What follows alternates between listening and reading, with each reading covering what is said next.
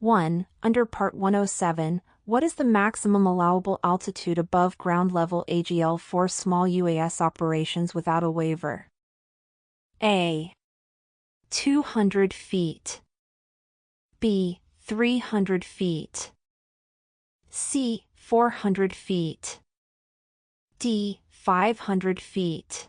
2. When must a remote PIC conduct a pre-flight inspection?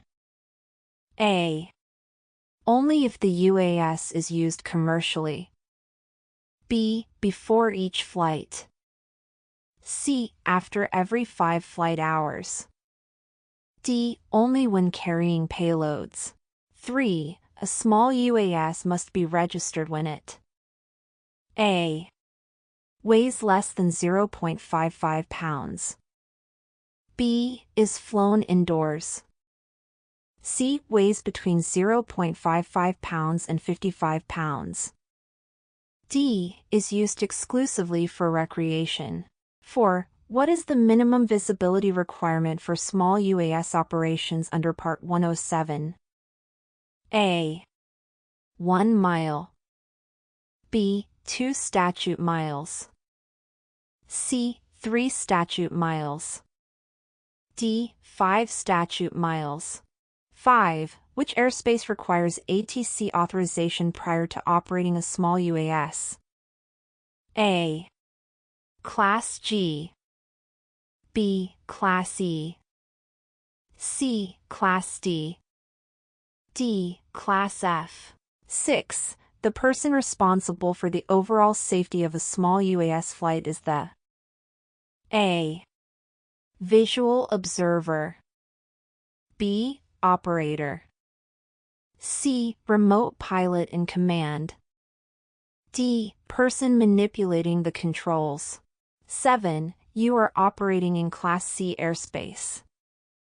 Before flying, you must A.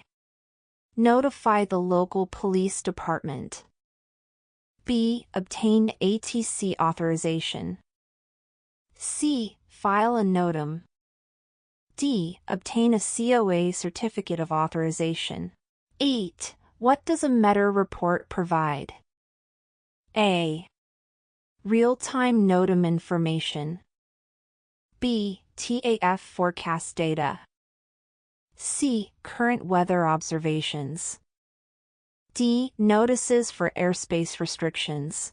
9. If wind is reported as 27010 kT, what does this mean? A. Wind from 270 degrees at 10 meters per second. B. Wind from 270 degrees at 10 knots. C. Wind blowing to 270 degrees at 10 miles per hour. D. Wind from 027 degree at 10 knots. 10. What is the maximum ground speed allowed for SUAS operations under Part 107? A. 87 knots. B. 100 miles per hour. C. 120 knots. D. 200 miles per hour. 11. What is the purpose of a visual observer VO? A. To operate the UAS when the PIC is unavailable. B. To maintain visual line of sight VLOS for the PIC. C. To manage the communication with ATC. D. To monitor onboard camera feeds. 12. You find a TFR over a nearby stadium. Can you fly your drone there? A. Yes, as long as you are below 400 feet. B. No, unless authorized by the FAA. C. Yes, if your UAS is under 0.55 pounds. D. No, unless the airspace is Class G. 13. The remote pilot must report a serious UAS accident to the FAA within A. 1 hour. B. 10 days. C. 24 hours. D. 30 days. 14. A crew member is intoxicated before a planned SUAS flight. What must happen? A. Proceed with the flight if the intoxicated person is not the PIC. B. Cancel or delay the operation. C. Assign the person as a visual observer. D. Report the person to local law enforcement. 15. An advisory circular AC provides. A. Mandatory instructions. B. Binding regulations. C. Non-regulatory guidance. D. Temporary airspace restrictions. 16. The weight of your UAS and environmental conditions can affect. A. VHF communication range. B. Battery charging rates. C. Aircraft performance. D. Airspace class. 17. You are operating in Class G airspace. What is the maximum allowable altitude AGL? A.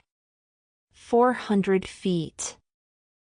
B. 500 feet. C. 600 feet. D. 700 feet. 18. To be eligible for a remote pilot certificate, the applicant must A.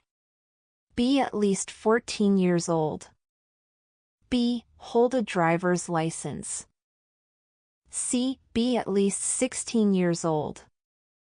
D. Be a U.S. military member. 19. The FAA requires remote pilots to conduct knowledge recency training every A. 12 months. B. 24 months. C. 36 months. D. 60 months. 20. Which of the following is an example of hazardous attitude? A. Let's carefully follow all safety procedures. B. The rules don't apply to me. C. I'll double-check everything. D. Safety is our top priority. 21.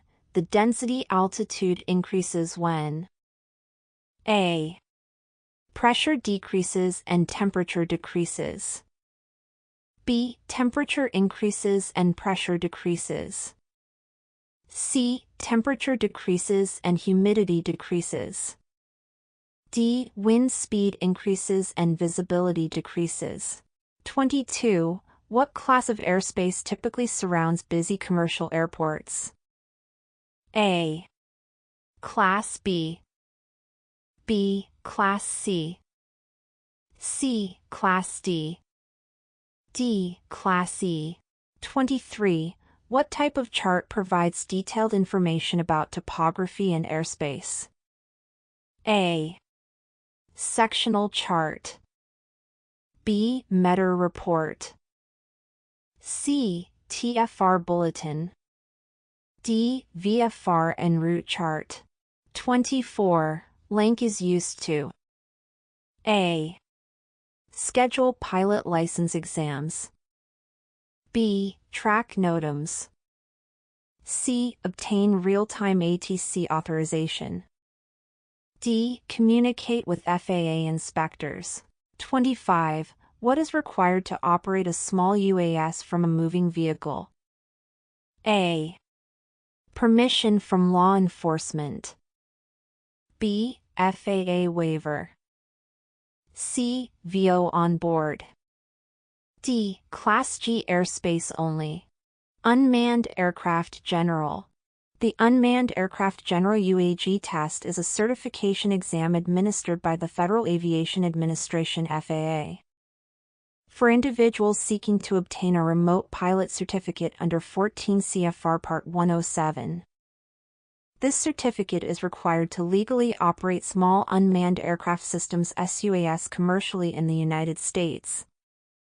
The UAG test evaluates a candidate's knowledge of key topics such as FAA regulations, airspace classification, weather effects on UAS performance, flight operations, emergency procedures, and crew resource management.